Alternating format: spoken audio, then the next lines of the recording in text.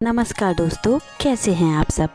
आज हम आप सबके लिए लेकर आए हैं श्रावण मास या सावन मास का महत्व।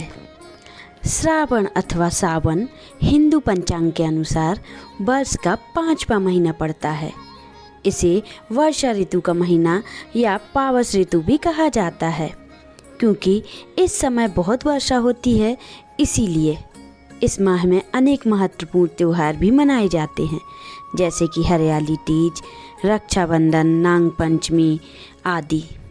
श्रावण पूर्णिमा को दक्षिण भारत में नारियली पूर्णिमा व अविंतम, मध्य भारत में कजरी पूनम, उत्तर भारत में रक्षाबंधन और गुजरात में पवित्रपना के रूप में मनाया जाता है।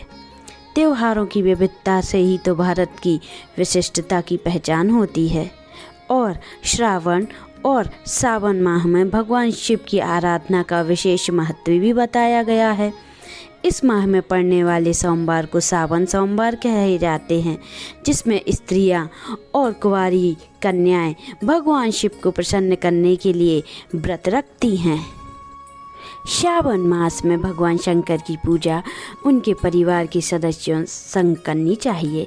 इस माह में भगवान शिव के रुद्राभिषेक का विशेष महत्व है, इसलिए इस माह में प्रत्येक दिन रुद्राभिषेक किया जा सकता है, जबकि अन्य माह में शिवाश का मुहूर्त देखना पड़ता है।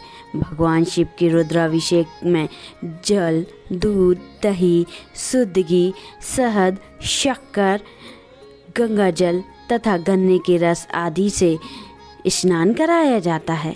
विशेषकर अभिषेक करने के बाद बेलपत्र, शमी पत्र, कुश व दूर्वा आदि से शिव जी को प्रसन्न करते हैं। अंत में भांग, धतूरा तथा श्रीफल भोलेनाथ को भोग के रूप में अर्पित किया जाता है।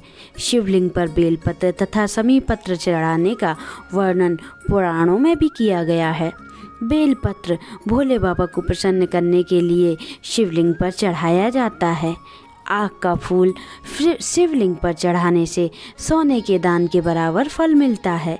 1000 आक के फूल की अपेक्षा एक कनेर का फूल, 1000 कनेर के फूल के चढ़ाने की अपेक्षा एक बेलपत्र दान का पुण्य मिल जाता है। 1000 बेलपत्रों के बराबर एक द्रोणा या गुमा फूल फलदायी होता है।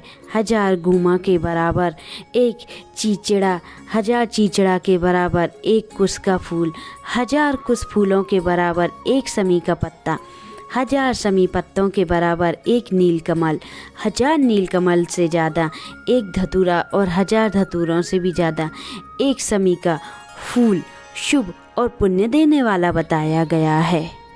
ये तो हुआ श्रावण मास का महत्व। अब हम इसकी कथा सुनते हैं। कर्म मरकंडू ऋषि के पुत्र मार्कंडेय ने लंबी आयु के लिए श्रावण मास में ही घोर तपस्या करके शिव जी की कृपा प्राप्त की थी, जिससे मिली मंत्र शक्तियों के सामने मृत्यु के देवता यमराज भी नतमस्तक हो गए थे। भगवान शिव को श्रावण माह का प्रिय होने का अन्य कारण यह भी है कि भगवान शिव श्रावण के महीने में पृथ्वी पर अवतरित होकर अपनी ससुराल गए थे और वहां पर उनका स्वागत अर्घ और जल अभिषेक से किया गया था। माना जाता है कि प्रत्येक वर्ष श्रावण माह में भगवान शिव अपनी ससुराल आते हैं। भूलोकवासियों के लिए शिव कृपा पाने का यह सबसे उत्तम समय होता है। पौराणिक कथाओं में वर्णन आता है कि इसी माह में समुद्र मंथन किया गया था। समुद्र मंथन के बाद जो हलाहल विष निकला, उसे भगवान शंकर ने अपने कंठ में समाहित कर सृष्टि की रक्षा की, लेकिन विषपान से महादेव का कंठ नीलवर्ण हो गया। इसी से उनका नाम नीलकंठ महादेव पड़ा। वृष के प्रभाव को कम करने के लिए सभी देवी देवताओं ने उन्हें जल अर्पित किया।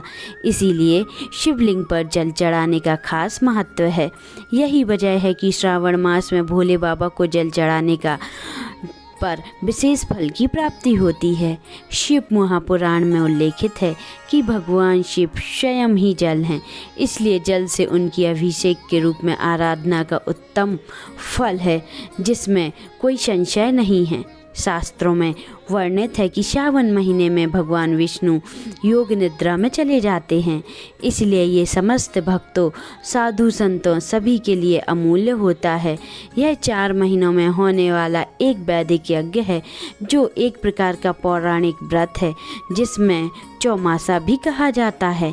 तत्पश्चात सृष्टि के संचालन का उत्तरदायित्व भगवान शिव ग्रहण करते हैं, इसीलिए श्रावण के प्रधान देवता भगवान शिव बन जाते हैं और उनको प्रसन्न करने का ये सबसे अच्छा अवसर होता है।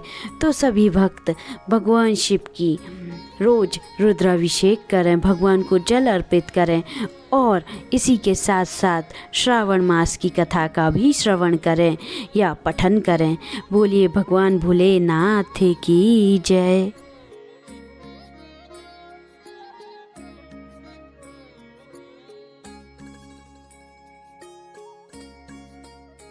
अगर आपने अभी तक हमारे चैनल को सब्सक्राइब नहीं किया है तो जल्दी से आप सब्सक्राइब कर लें, जिससे आने वाले वीडियो आपको जल्दी मिलते जाएं, और नोटिफिकेशन बेल आइकन को प्रेस करें, जिससे आपको हमारे वीडियो का नोटिफिकेशन मिलता रहे।